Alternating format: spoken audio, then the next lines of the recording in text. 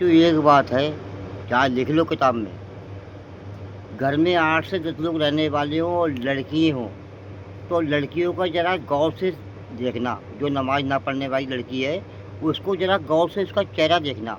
उसका चेहरा फीका लगेगा, मतलब अजीब सा चेहरा लगेगा, जैसे लगेगा जैसे चेहरे पे कुछ उसके है ही नहीं, रौनक तो दिखेगी नहीं है। क्यों? अल्लाह तबारक तआला ऐसे के चेहरे से रौनक को छीन लेता है। समझ में आई? रौनक कहाँ से रहेगी? तुम रोटी खा रहे हो, फल खा रहे हो, हर चीज़ खा रहे हो, ठंडा पानी पी रहे हो, हैं? मगर अल्लाह की इबादत नहीं कर रहे हो, उसकी नमाज नहीं पढ़ रहे हो। नमाज सबसे ज़्यादा बेहतर सुबह फजर की है, जो अपनी नींद को हराम करके और आंखें मसलते मसलते अगर उठे और अल्लाह की इबादत को पहुंच जाए मस्जिद में, और लेडीज़ों ने औरतों ने घर पे पढ़ ली, तो बेहतर उनके लिए बहुत अच्छी बात है। अल्लाह ऐसे के चेहरे पे रौनक दे देता है, समझे? अगर वो लाख भी साबुन से मुँह ना धोएँ तो चेहरे से रौनक बरसती है उन लोगों के।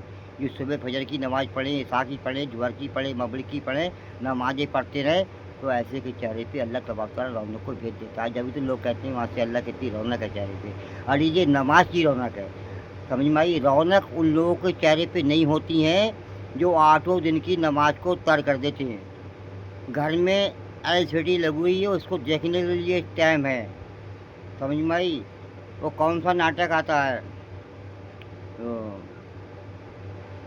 कौन सा नाटक है, ये बहुत बहुत से ऐसे नाटक चले, ये बड़े गौर से देखती हैं और देखती हैं, मगर नमाज के लिए बिल्कुल टाइम नहीं है।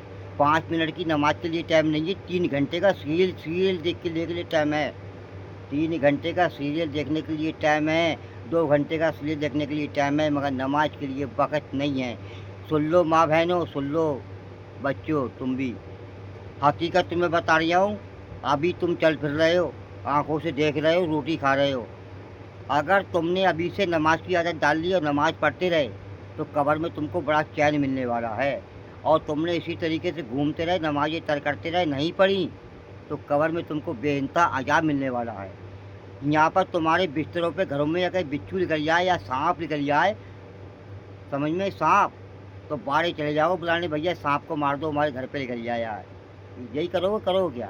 समझ में आई? यही करोगे और तो कुछ आएगा नहीं तुम्हें, डर के मारे तुम घर पे नहीं जाओगे। चलो आए लोगों ने सांप मार दिया, सांप मार के बाहर फेंक दिया, पकड़ने वालों ने पकड़ लिया, ठीक है? अब तुम्हारे घर पे सांप नहीं है। अब उस जगह पे तुम जब भी सोओगे डरोगे, तुम्हें वो लगेगा कि सांप यहीं पर ही है, सांप यहीं पर ही है, सांप यहीं पर ही है, यही तो बोलोगे, चाहे सांप को मार दिया हो। अजान हो रही है, वीडियो रोक लिया हूँ, मैं थोड़ी देर में बनाता हूँ, ठीक है? ठीक है, इंशाल्लाह अजान ख़त्म हो गई, तो तुमको यही डर रहेगा, चाहे सांप पकड़ के छोड़ दिया हो या सांप को मार दिया हो, तो तुम डर के मारे घर में फिर भी नहीं घुसोगे, और घुसोगे भी तो तुमको यही लगेगा सांप यहीं पर ही कहीं मेरे पास में ना आ जाए। समझ में आई? तो सोचो, उस कब्र में तुम्हारे सामने बैठा होगा, तुम्हारे सीनों पे बैठा होगा, उन लोगों के जिन लोगों ने नमाज़ें नहीं पढ़ी, सीरियल देखते रहे, टीवी देखते रहे, मगर नमाज़ें नहीं पढ़ी। उन माँ बहनों के पास में सांप जाएंगे जिन्होंने सीरियल देखा, नमाज नहीं पढ़ी। आज आदमी से मुँहजोरी करने, हाथापाई करने का टाइम है उन लोगों को, नमाज करने का टाइम नहीं है। समझिए, आदमी से हाथापाई करवा लो, आदमी को उल्टा सीधा करवा लो, आदमी को ऐसी ऐसी औरतें मक्कार पड़ी हुई हैं कि आदमियों को भाड़ू कहती हैं, आदमियों को कुत्ता कहती हैं, आदमियों को गाली बकती हैं। समझ में आई?